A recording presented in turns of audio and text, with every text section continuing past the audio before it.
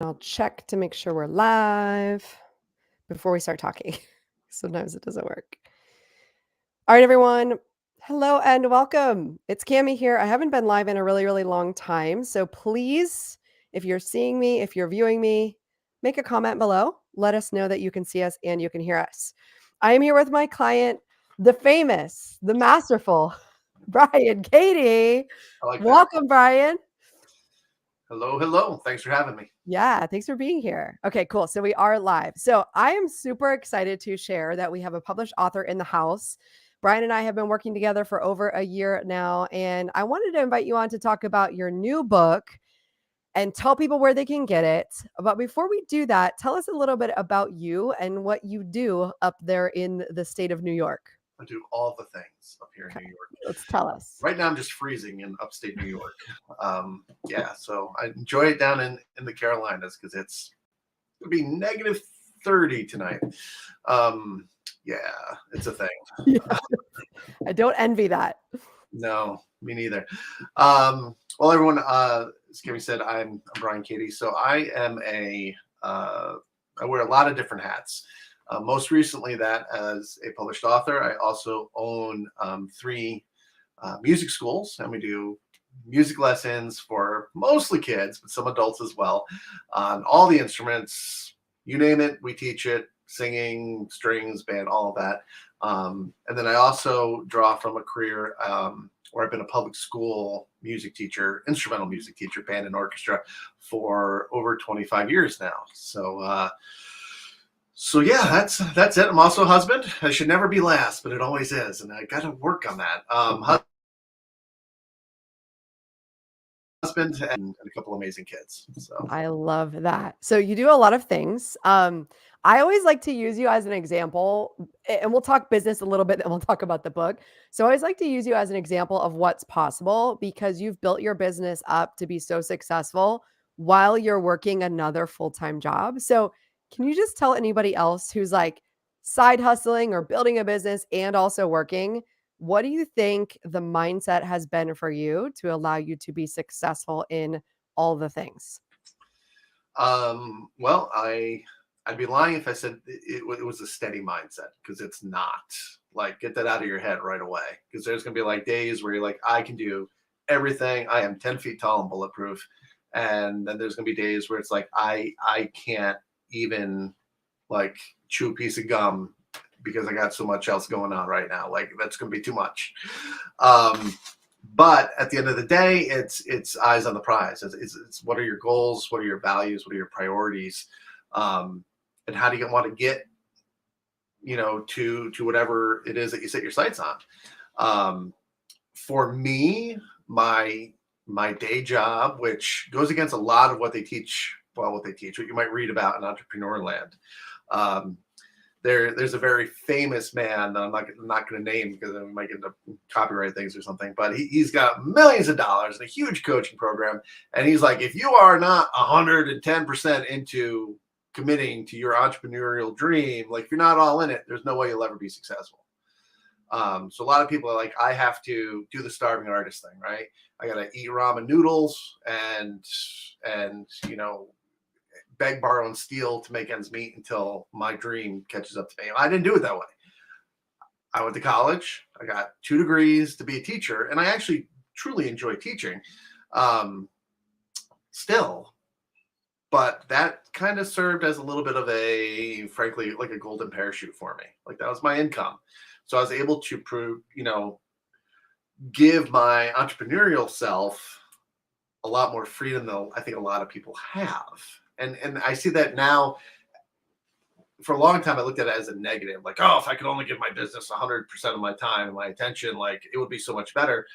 But to me, trading the stress of not knowing if I could pay my bills versus the stress of working 2 jobs wasn't worth it.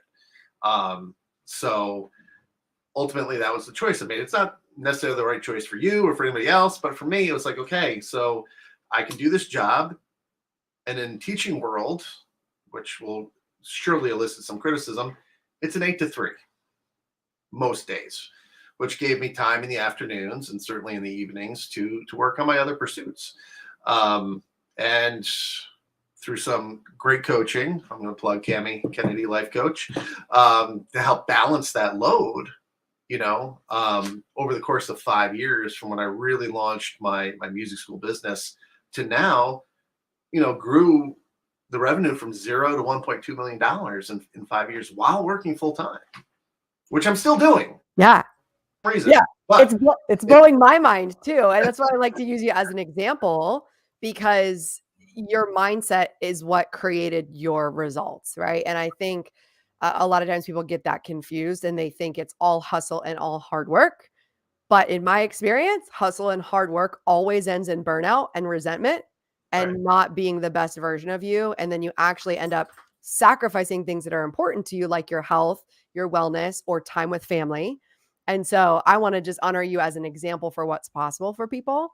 And I want to go into what your book is about. And then we're going to talk and where they can get it, because I dropped the link. I think the link is above this video. But I also want to go into like what it takes to write a book, because so many people keep asking me. And so I would love to know your feedback on that too. But tell us about the book, who it's written for, and where they can get it. All right. So the book is written basically for me as the expert, but parent to parent really is what it's about, because there is nothing for me. So like I mentioned, my wife and my kids, I have a 12-year-old and a 14-year-old. So I'm not new to the parenting world.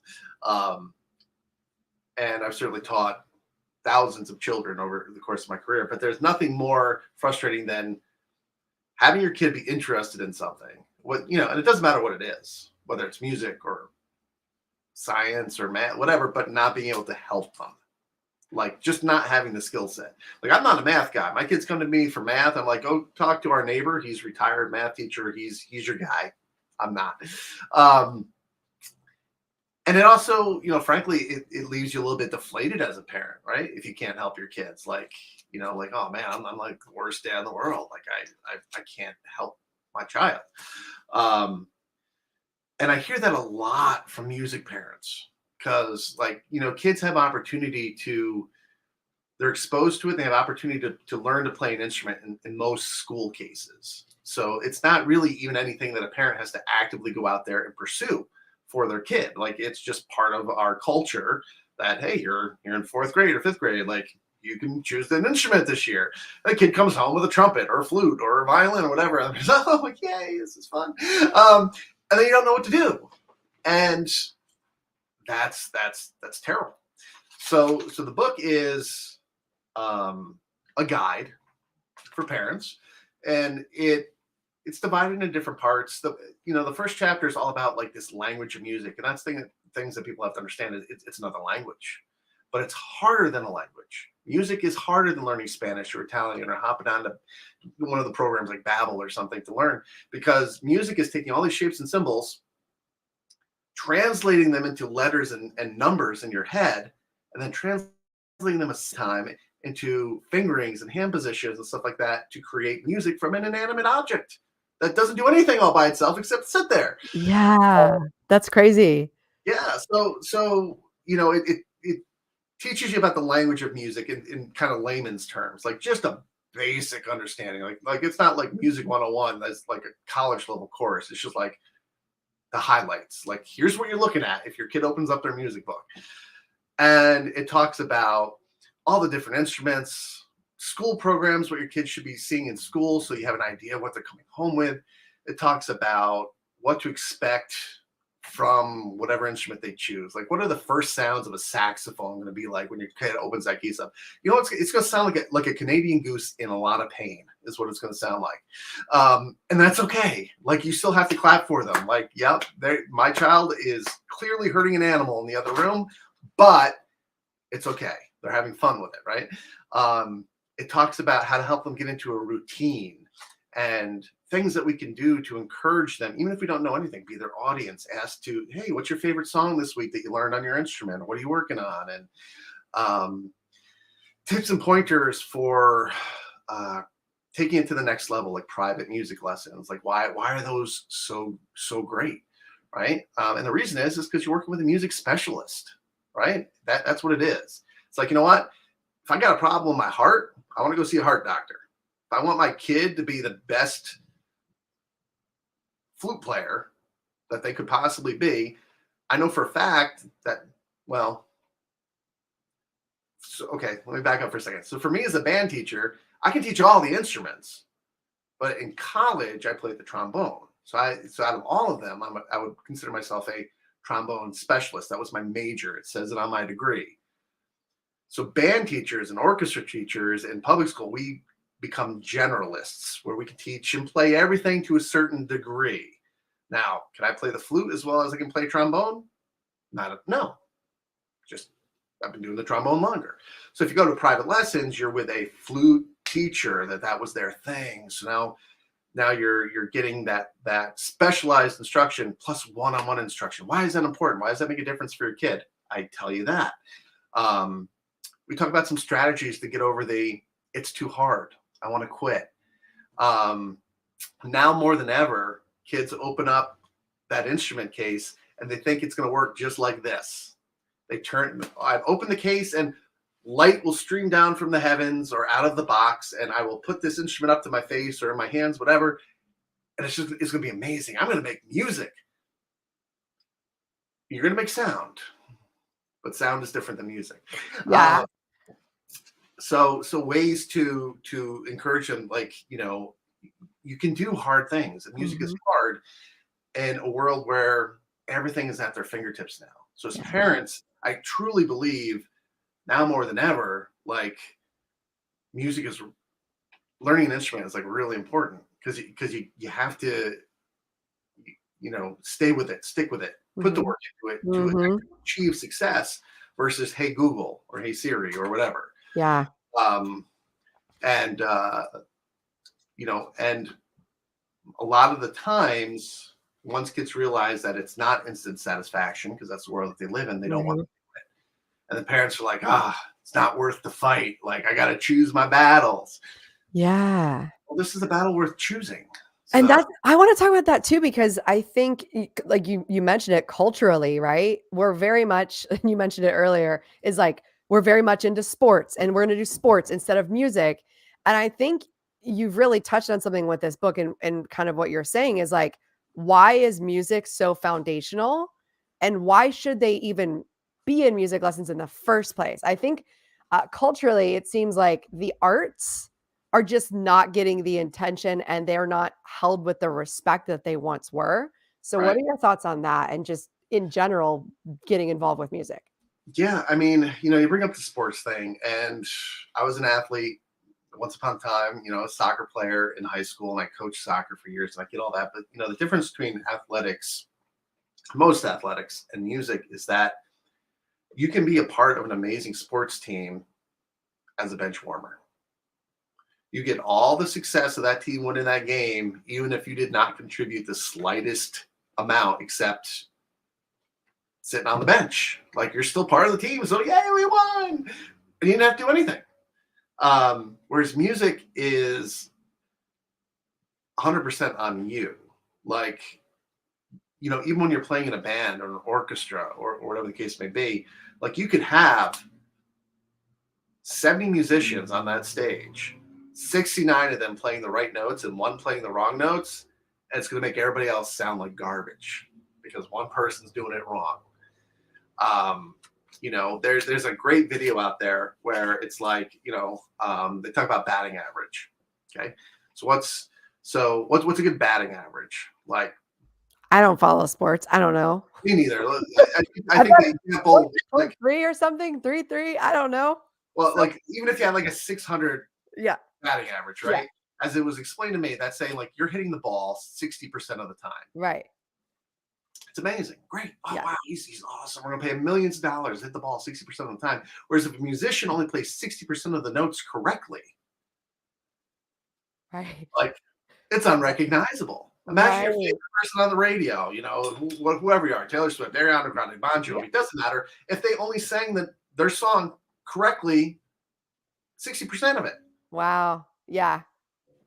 Yeah. So it's a whole another level of accountability and personal guidance. Like you really control your own success with it. Like, you don't get to ride it every coattails as a musician. Yeah. And then the other thing I always tell everybody is like, hey, when was the last time you saw a 90-year-old person playing tackle football? Yeah. Yeah. Hop on YouTube. You will find plenty of 90-year-old people playing their instruments, trumpets, pianos. You'll find Yeah. videos of 102-year-old people Yeah. still doing it because you can. Yeah. I love that. Oh, I love thinking of these cute little people playing instruments. That's adorable. I love it. All right, so let's just recap the book again. Tell them what it's called, where they can get it. I put the link in the comments, and then we'll talk about some mindset on what it takes to write a book. All right. Book is called Parents Guide for Musical Children. By me and Brian, middle initial J, Katie, Cady. It's on Amazon currently. Paperback, $9.95. I think it's a sweet deal. Yeah. Yeah, it's up there right now. It's trending. I'm #1 in a couple spots. So every purchase helps. Fantastic. And it's really out there just to help. Like, I'm not going to make millions. I mean, it'd be great if I did, but that's not the point. The point is I really feel like this is me giving back to the world and saying, we need to talk about this. And I think I can help. Yeah. So. I like that. And then also, this is kind of a plug. You may or may not have the exact answer to this, but if somebody just has questions about music or teaching their kids, or they want somebody to come talk to their parents group, are you available for those things? And if so, where can they find you? Absolutely. Absolutely. I have no problem talking, obviously. So, yeah, you can, I'm around, you can find me. You can, again, just like the, my author tagline on the book, you can find me on Facebook very easily. Social media wise, email is literally that same name, brianjkatie@gmail.com. And those would be probably the two best ways. Messenger and social media, like Facebook Messenger is fine. Yeah. Or shoot me an email. And if anybody's watching this replay, reach Brian and she'll connect us. Okay, so you can comment below if you're interested. Or I think this is going live on YouTube as well. So if people in the land of the internet are watching this in the future and you want to connect with Brian, just comment below, let us know, and I will definitely get you connected to him. Love to talk to parent groups, music PTAs, those kinds of people. Yeah. I was a student musical giver upper in 4th grade. I shared that with you. I was like, I was a giver upper because I didn't feel like practicing. So I was like, oh, that's it. But like now I think back to, right? Like if I would have followed through, like maybe I would be doing something different. Like maybe I would have some more creative skills, right? So it's just like, it's a missed opportunity, I think. And I think that's what you're trying to get across is like, it does take parent involvement and it's worth it. Like it is worth it because that's a skill that they're going to have till they're 102, God willing. Absolutely. Yeah, I love it. So let's just briefly touch on what it takes to write a book because I wrote my first book in 2021. I've transparently shared with my live stage audience that it was very hard for me to write a book. It's like very dramatic. And I had a book coach to help me through it. I would say I gave you the framework to write the book, but I told you, I was like, I'm not reading your book. So like you had to do all the work on your own. I just gave you the framework and kind of some tips and pointers. So what would you say to anybody out there? I have heard a lot of people saying they want to write a book, but not many people follow through. So what would you say was your process to be able to get that done? There's a lot of letting go of preconceived ideas of writing a book. Because what do the movies tell us? To write a book, you need to go rent a cabin in the woods and sit in front of the window with your old school typewriter, ding, and tap away until inspiration hits you with the birds singing outside the window. And no, my book writing was a lot uglier than that. It was literally sometimes 9 o'clock at night, sitting in my recliner with a Chromebook on my knees, just typing away. And what I mean by letting go is not just like the image of what it is to be an author, but also, which Cami talks about a lot, is perfectionism. And that was the hardest thing for me because, I've had grammar and punctuation, spelling drilled into me, and we all have, frankly. So I'm typing away. I'm like, oh, misspelled that word. And you go back and you fix it. And then you write a paragraph and I go back and I reread the paragraph and I'm like, I don't know if I like that. So I'm going to go move this around. And you spend hours and at the end of it, you're like, wow, I wrote a page. So, so I had to get past that, and I didn't completely give up all the spelling and all that, but I got more into the habit of just writing. And I'm not a great typer. Like I'm a three finger typer guy, thumb, couple paint, but I can move, man. Pinkies of or pointer fingers of speed.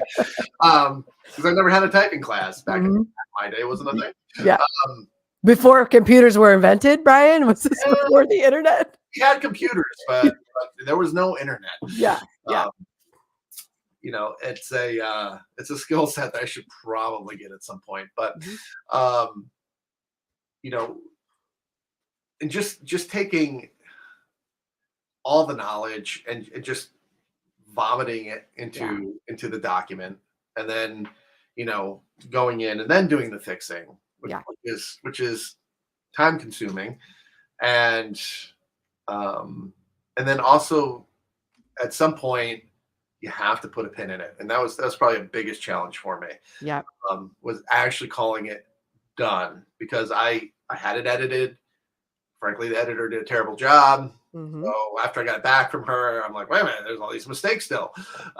So then I started just editing it, and I sent it off to the person who was formatting it for publication, and she sent it back to me, and I'd be reading it through. I'm like, oh, found another typo. Yep. So I found a couple more. So, and we went back and forth a few times, and the woman that did the work for formatting, God bless her, because I found another one. Yeah. And after like the last, I was just like, you know what?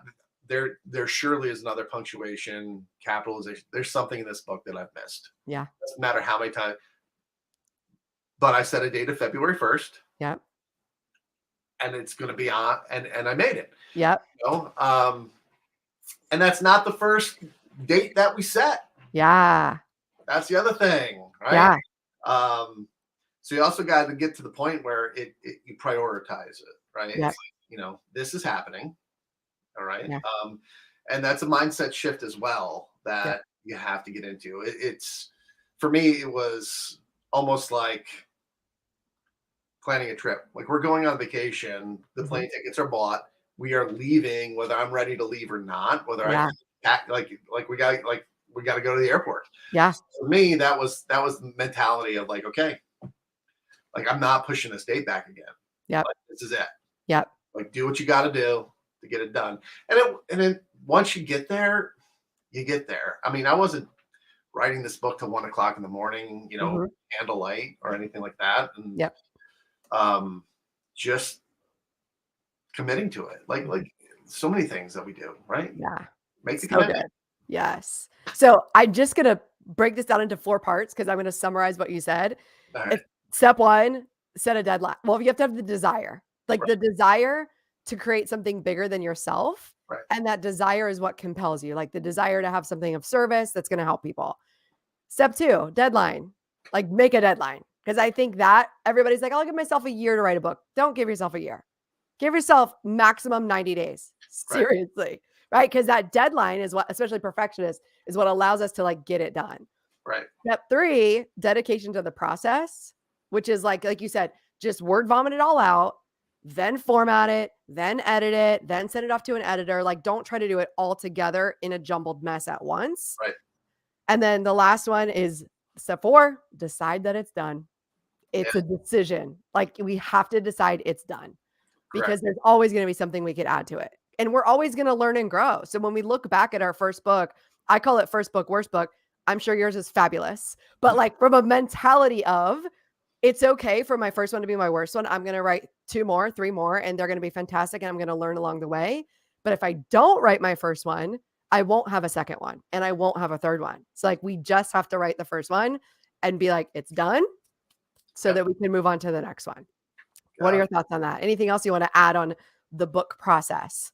Yeah, I mean, no, I mean, I really think that's it. I think deadlines are, I will say, I think that they're relevant to the type of book that you're doing. So there might be somebody listening that, has dreams of being the next Tolkien or somebody like that. And, I think that process, I can't speak to that, because that creation of a world is different.